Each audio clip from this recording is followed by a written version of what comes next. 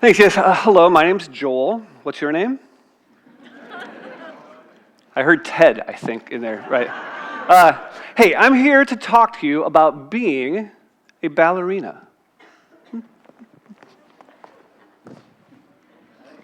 Thank you. I'd also like to talk to you about being a firefighter, police officer, architect, and mom. I'd like to talk to you about being a magician. Watch me now as I poke my head through this hole. Prepare to have your brain blown right here. Abracadabra? Oh, yes. I'd like to talk to you about being an astronaut, builder, giraffe, princess football player. I'd like to talk to you about being an artist.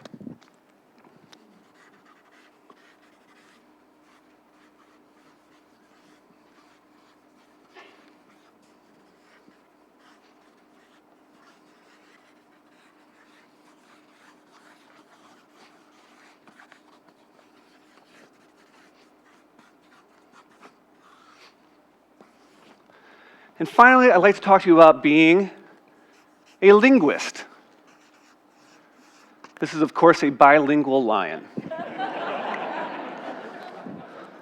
Where is all this stuff possible? It's possible when children are involved in creative play. So do more good and let the kids play.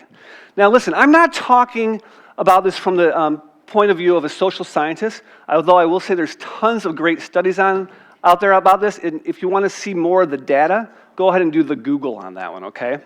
I'm talking to you from the perspective of an artist who minds the minds, say that 3 times really fast, minds the minds of kids for inspiration. I work with kids and I create media for kids like murals and children's television shows, for which I don't get to dust this off very often, but I've won a bunch of awards, and what do you do with this? It's like necklace, it's a little gaudy, hood ornament maybe, I don't know. But anyway, we've won some awards for that, and I just love inspiring kids.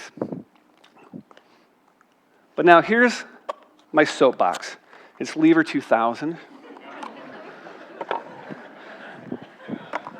I'm now standing on it. Kids, thank you.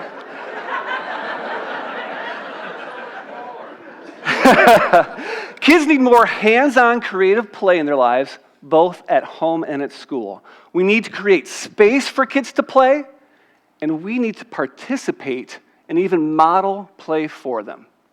Now you may be saying, hold on here, Joel. We just met, and you're talking about children already.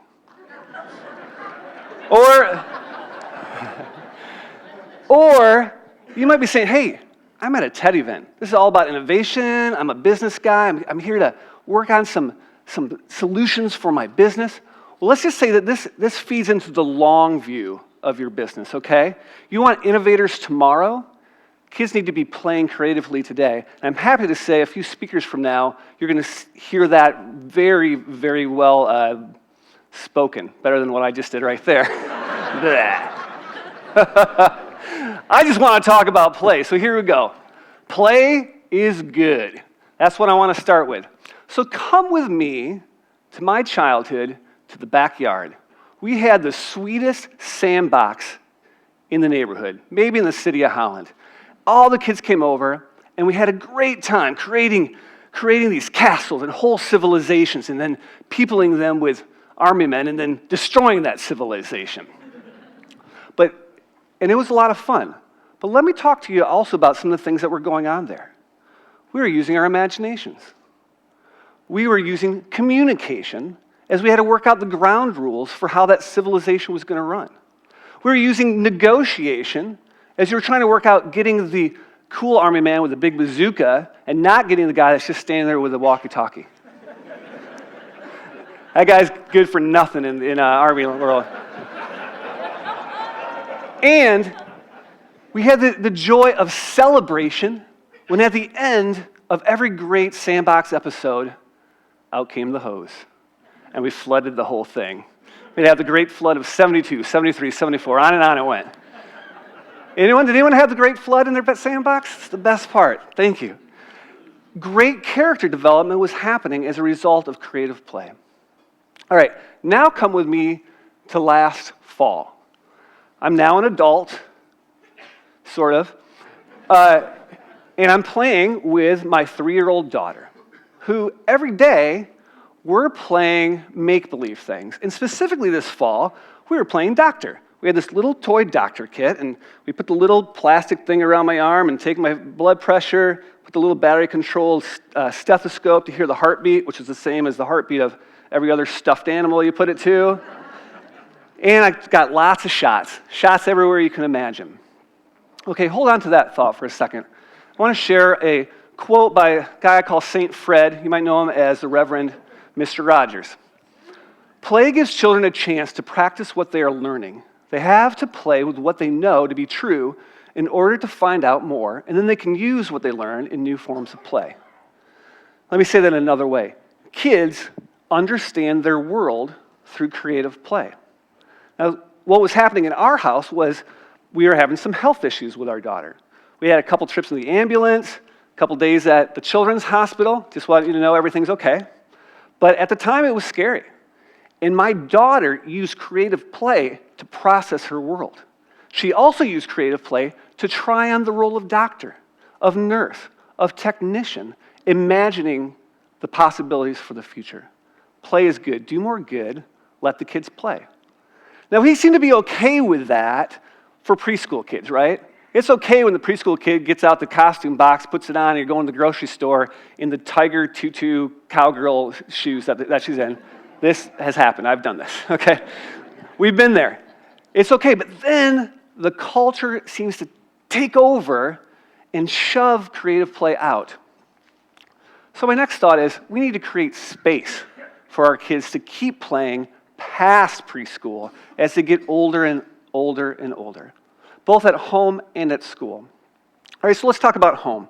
And I'm feeling this already. I've got a preschooler, but I can feel the tug to program my kid. That's right. Spend after school hours, spend weekends going from one activity to the next. Lots of good structured stuff. Or programming them literally with boxes. We give them screen time. We give them structured activities. All these things that squeeze out the space for creative play. Hey, there's some good things happening in those environments. You know, organized soccer, you get to learn what parents have the best snacks, right? So soccer game's over, have the drink, the juice box, the really good snacks, right? You're learning some things, but what's happening is sandbox time is going away. What about the time building a tree house out back? Just letting the kids go and running around. We're losing sandbox time, tree house time, backyard time, in the basement goofing around time. We're losing that at home.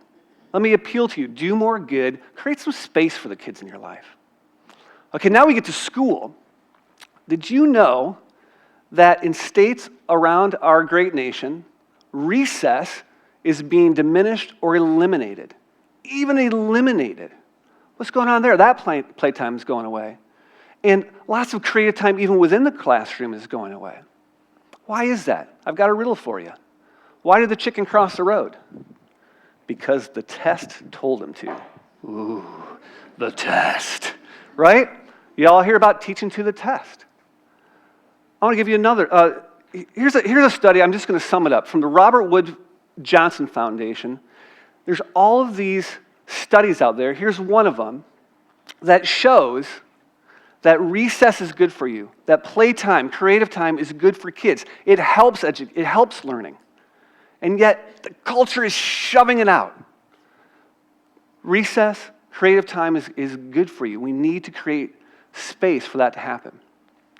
It is happening, and you're going to hear about more of that later. I want to share, though, with you a great experience I had doing creative play with a group of kids in Wisconsin last year. The University of Wisconsin-Whitewater hired me through a grant by the NEA called the Big Read. And the Big Read is an initiative by the government to try and encourage disinterested kids in literature, middle school kids particularly. So I worked with a bunch of middle school kids examining the works of Edgar Allan Poe. And we played I'll tell you, we played. We talked about the mood of Edgar Allan Poe, and we mixed paints to find moody colors. We talked about all the details of those gruesome, weird stories, and we found the fun in them. The best thing happened with one particular group of middle school kids who applied the sandbox principles, right?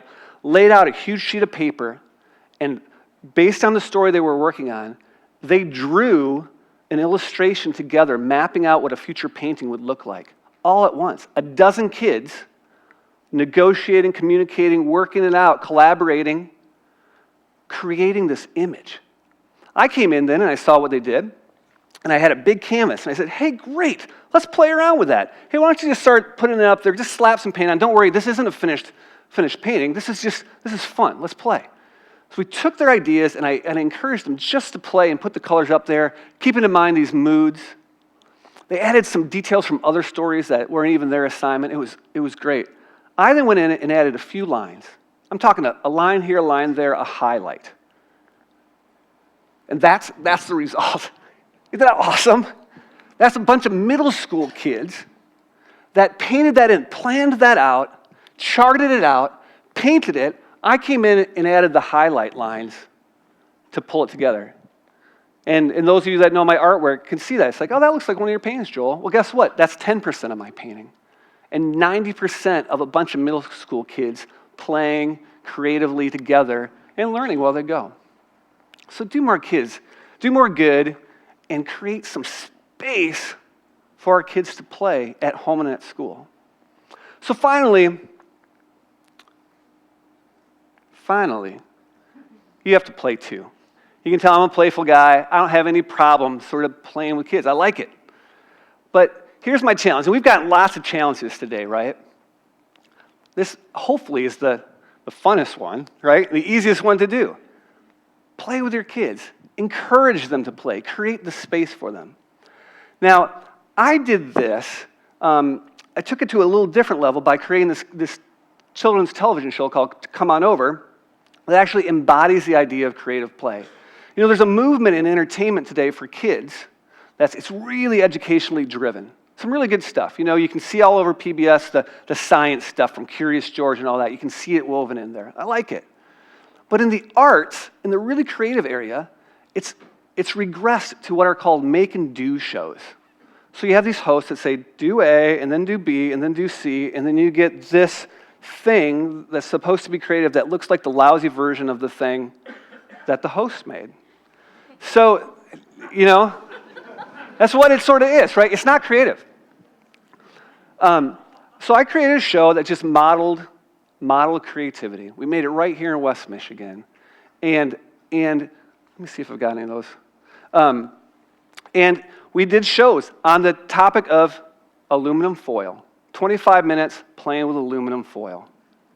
That was our pilot show. I got the best compliment when in the mail I received from a mother of a fan an invoice for, it was like $113.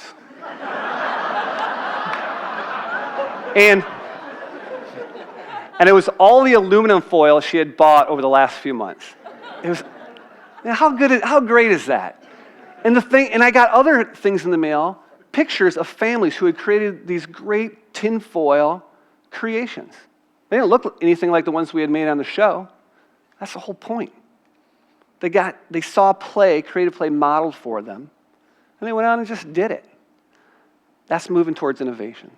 So that's a little step that I took. In wrapping up, I want to encourage you to take similar steps. I was talking with some people earlier, and they said, this whole do more good thing feels like we ought to have an altar call, right? We're having an altar call right now, all right? So I want you all look down, dig deep, examine yourself, maybe even imagine a time when you were playing in the sandbox. Imagine a time that you put the tutu on and wanted to go to the grocery store. Dig deep in, the fun of that, the joy of that. And now if you're prepared to, I want you to raise your hand and say you're willing to lead a kid to play too. Let me see some hands. Yes, I see a hand there. Yes, I see a hand there. Yes, I see a hand there. Thank you.